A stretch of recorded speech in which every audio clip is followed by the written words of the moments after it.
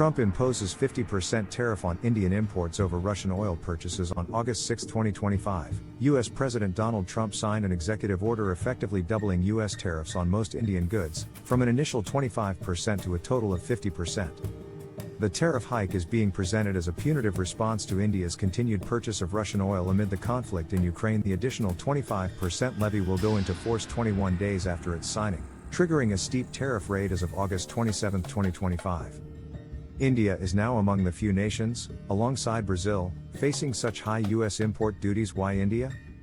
Trump has characterized India's oil purchases from Russia as indirectly funding Moscow's military efforts in Ukraine.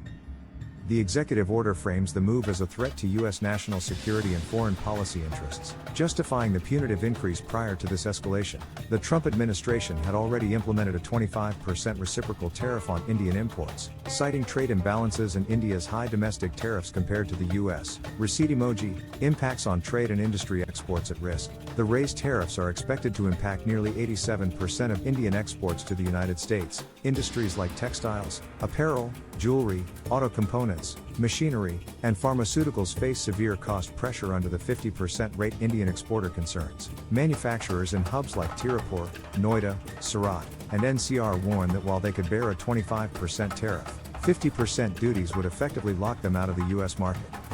Some textile exporters have already paused production for U.S. orders amid rising uncertainty. India's reaction. India's Ministry of External Affairs denounced the tariffs as unfair, unjustified, and unreasonable.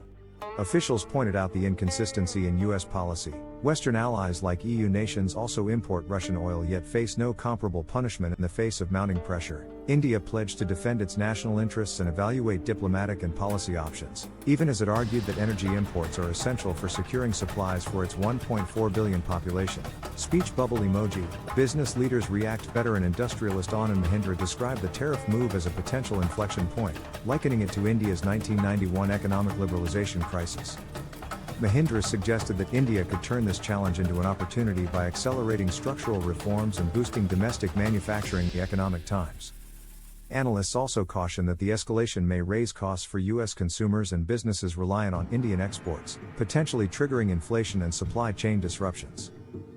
Recycle emoji. Broader geopolitical significance. U.S.-India ties strain. The tariff escalation marks the most serious downturn in bilateral relations since Trump's return to office, disrupting previously warm rhetoric around Mission 500's goal to elevate bilateral trade to $500 billion by 2030. Congress pushback in the U.S. Domestically, U.S. lawmakers introduced the Trade Review Act of 2025, proposing to limit the president's ability to unilaterally institute high tariffs without congressional oversight. Energy diplomacy. Trump's move underscores the increasing entanglement of trade policy and energy geopolitics, tying global energy markets, Russian behavior, and international alliances into economic decision-making.